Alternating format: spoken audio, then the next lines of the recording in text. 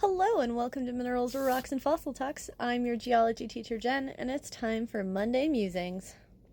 Volcanoes are an awesome display of Earth's destructive power, and yet people live right next to them all across the globe. The cities of Seattle and Portland sit close to several large volcanoes.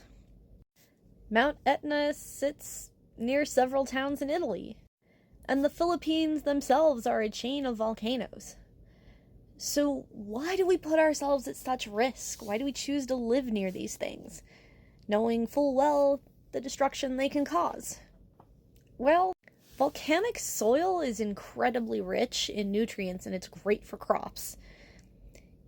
Plus, I don't know about you guys, but I feel like most humans are just drawn to the beautiful mountain scenery, and many of them may not be entirely aware of the dangers that could be there. That being said, there are many hazards that come from living on or near a volcano. Just ask Pompeii.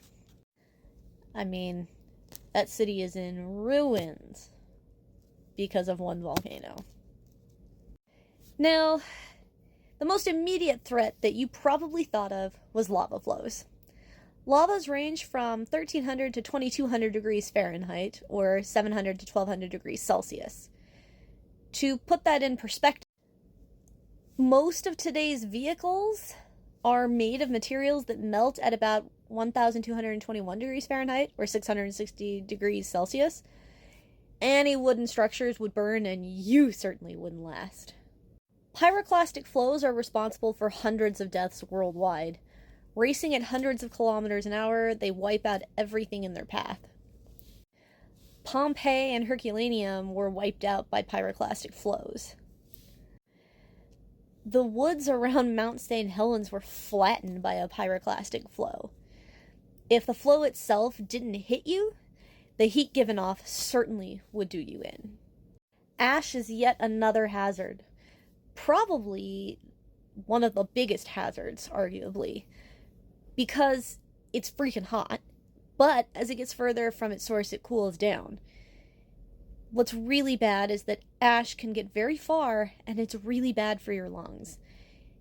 It is literally tiny pieces of volcanic glass, which can slice up the delicate tissues in your lungs, and when ash gets wet, it becomes incredibly sticky and can coat your lungs so you can't get any oxygen. Here's a view of some ash under a microscope. You can see it is just tiny shards. It can get inside engines, destroy turbine blades, and damaging fuselage. It can corrode windshields, making them opaque so you can't see through them. And it can spread toxic chemicals and poison into soils, killing plants. Ash is a major problem. The eruption itself can be a hazard. When Krakatoa erupted in 1883, it was so loud it ruptured eardrums 40 miles away. 40 miles! Landslides and lahars are other hazards that volcanoes can create. Eruptions cause earthquakes, which can break rocks faces free, causing landslides. During Mount St. Helens eruption, 8 billion tons of debris tumbled down the mountain over a 360-meter high ridge and into the river valley below. Many volcanoes are tall enough to have a permanent snow cap, which can lead to lahars during an eruption. The most destructive lahar happened in 1985 when the snow-capped Nevado del Ruiz in Colombia erupted in the middle of the night, burying the town of Armero 600 kilometers or 27 miles away. 25,000 people are entombed there under 16 feet or 5 meters worth of mud. That's awful. Volcanoes near large bodies of water can also trigger tsunamis. Krakatoa generated a nearly 100-foot-tall tsunami wave, completely submerging some islands. Lastly, volcanoes emit a lot of really unfriendly gases, such as carbon dioxide, carbon monoxide, hydrogen sulfide, sulfur dioxide, hydrogen chloride, and hydrogen fluoride. Nasty gases. This can cause global climate change, such as the Mount Tambora eruption of 1815 that caused the year without a summer and killed hundreds of people in the northern hemisphere. Mind you, Mount Tambora is not in the northern hemisphere. just to give you an idea. Sulfur dioxide can react with water vapor to form acid rain, which has devastating impacts on the environment. Kills lots of things. So, how do we avoid all of these hazards that seem to have such far-reaching impacts? There's actually a few ways. Danger assessment maps, like the one shown here, can help define the regions that can be directly affected by an eruption. They can show likely paths that lava, lahars, debris, or pyroclastics will flow.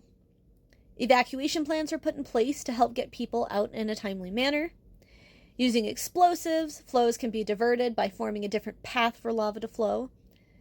In the United States, the USGS, or the United States Geological Survey, has an early warning system in place.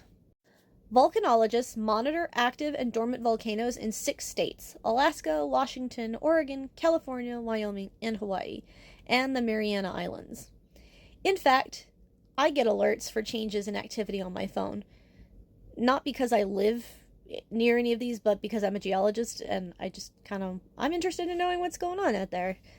The most recent ones I'd gotten was about Alaska's Mount Spur. It's making a lot of noise.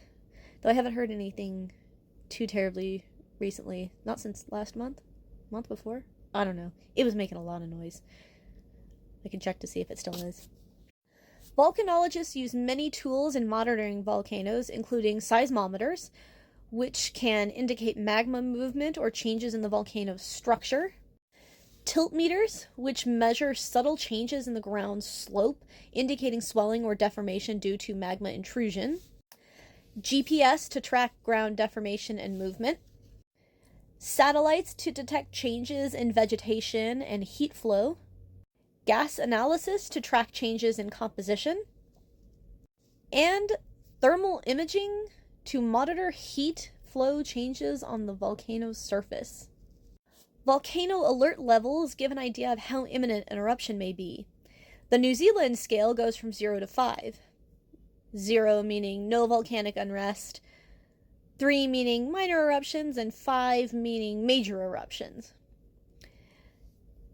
So, many places will use very similar things, but different places will use different volcano alerts.